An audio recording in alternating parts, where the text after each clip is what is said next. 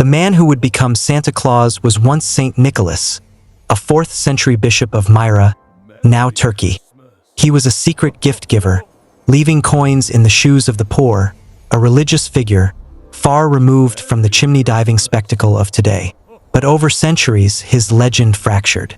In America, the Dutch Sinterklaas merged with the English Father Christmas.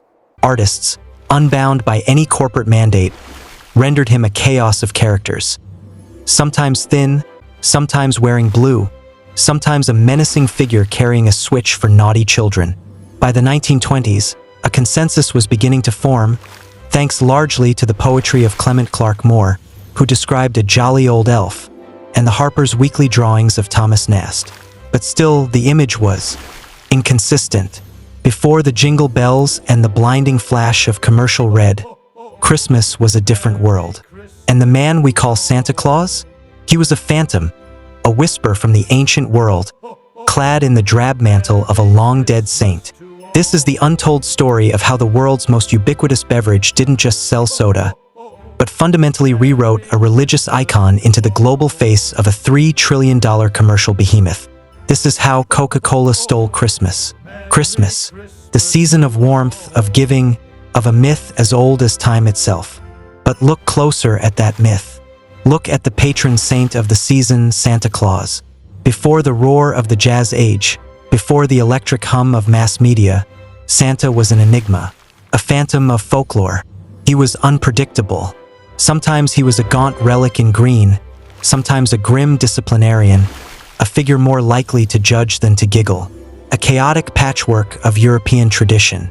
Santa Claus before the 1930s looked nothing like the modern image that now defines Christmas around the world. Santa once appeared in many forms, tall and thin, sometimes wearing a blue or green robe, even looking a little stern. He wasn't the warm, rosy-cheeked grandfather of joy we picture today, a warm, friendly, and pleasantly plump figure with a white beard and that iconic red and white suit. American powerhouse Coca-Cola was facing a cold, hard truth. Coca-Cola, the quintessential summer refreshment, saw its sales plunge when the snow fell. Their ad executives were desperate for a way to convince the world that an ice-cold beverage could be an all-year delight. They needed a symbol, a universal force of warmth and happiness, to bridge the gap between summer refreshment and the deepest chill of winter. Titan of refreshment Coca-Cola, a symbol of American ingenuity. But in the late 1920s, they faced an existential threat. Winter. People drank Coke to cool off. When the snow fell, the sales plummeted. The Christmas season, that golden window of commerce, was their undoing. What we know today as Santa Claus was largely solidified in 1931 by a branding campaign from the Coca-Cola Company. There was a time when Santa Claus wasn't the jolly, red-suited man we know today. The branding, rebranding, that changed everything, facing the challenge of boosting soft drink sales during the slow, cold winter months. After all, who wanted to drink a cold beverage when it was freezing outside? The problem wasn't the drink. It was the narrative. To conquer the cold, they needed to capture the spirit of the season.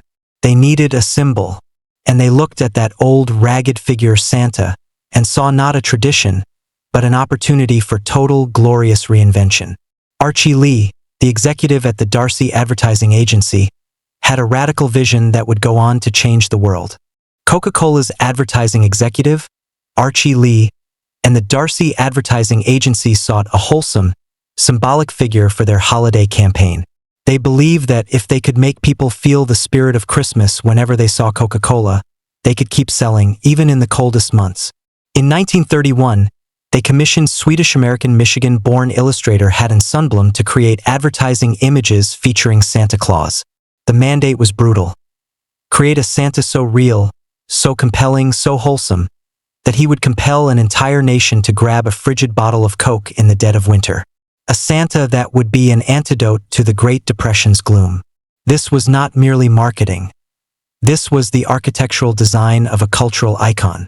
Sundblom drew inspiration from the 1822 poem, A Visit from St. Nicholas, commonly known as "'Twas the Night Before Christmas," which described a cheerful, plump St. Nick. Haddon Sundblom's challenge was to synthesize centuries of fractured myth into one definitive image. He looked at the historical texts, the 1823 poem, A Visit from St. Nicholas, and pulled out the key elements, the plump belly, the twinkling eyes, but he added the crucial ingredient, humanity. Sundblom didn't draw an elf or a saint. He drew an ideal grandfather, a man with rosy cheeks, not from the cold, but from sheer, bubbling, good-natured joy. A man you would invite into your home. A man who, crucially, wore the colors of his patrons, red and white.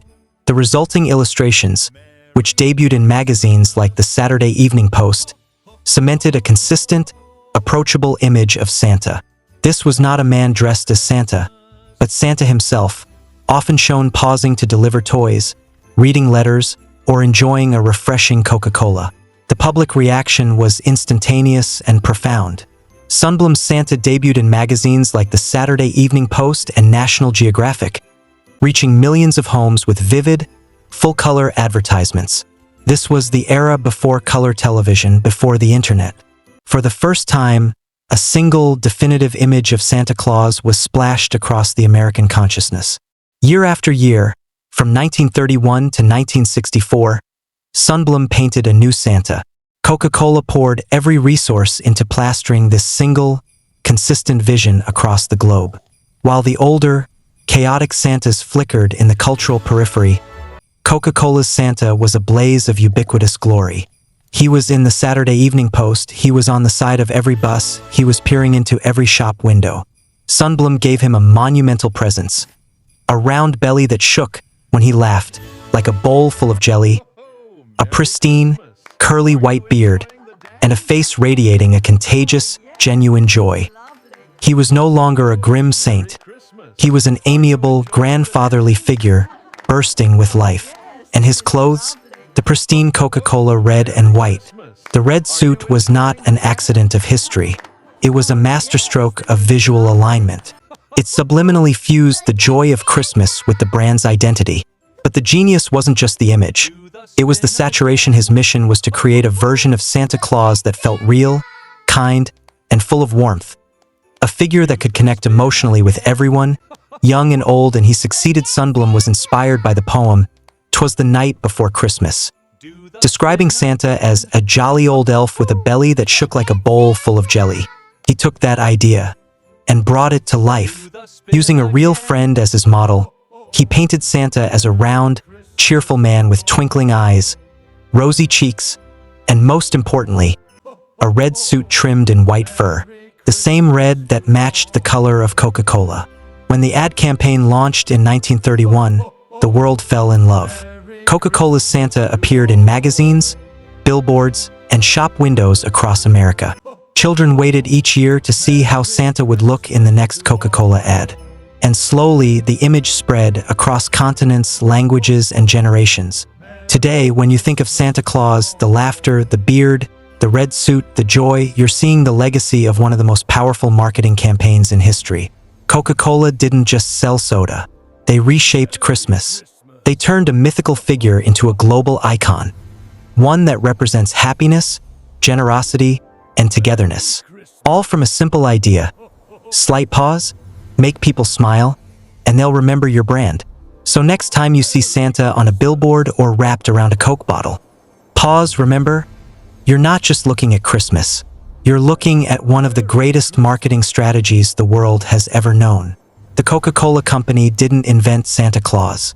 They did something far more powerful. They perfected him. They took a disparate ghost of Christmas past, gave him a face, gave him a suit, and through marketing genius and sheer, relentless ingenuity, cemented him as the definitive global icon of the season. A story of cultural hijacking, or the ultimate triumph of self-reinvention? You decide. But one thing is certain. When you see Santa Claus today, you are looking at the most successful advertising campaign in human history. Now, the company will tell you that Santa wore red before them, and that is technically true. Earlier artists like Thomas Nast had occasionally dressed him in red. But those colors were one among many. What Coca-Cola did was not invent the red suit, but standardize it. By tying the most dominant, consistent, and beautiful red in popular culture, their own brand color, to this new universal Santa, They ensured that for generations to come, the image of Christmas would be inextricably linked to the visual identity of their product. He wasn't just selling Coca-Cola, he was selling a feeling. He was the embodiment of the holiday spirit itself, one that was warm, accessible, and crucially, tied to commercial consumption. Coca-Cola did not invent Santa Claus, but they branded his soul. They took a fluid, ill-defined folk figure, a religious ghost, and gave him a consistent face, a predictable uniform, and a universal disposition that aligned perfectly with the consumer-driven holiday they were desperate to dominate. Today, the rosy cheeks, the hearty laugh, the velvet red suit. This is the Santa we see in Macy's parades, in Hollywood films, on greeting cards, and in shopping malls across the globe. The commercial image has entirely subsumed the religious one, transcending its origins to become the single, most recognizable, and most heavily monetized symbol of the world's most commercialized religious festival. It was the greatest marketing coup in history, a 4-century-old saint, successfully reinvented as a tireless global ambassador for a fizzy drink. And every December, when you hear the jingle of bells and see the familiar flash of red, you're not just celebrating Christmas. You're witnessing the brilliant, indelible, and ultimately chilling legacy of a single advertising campaign.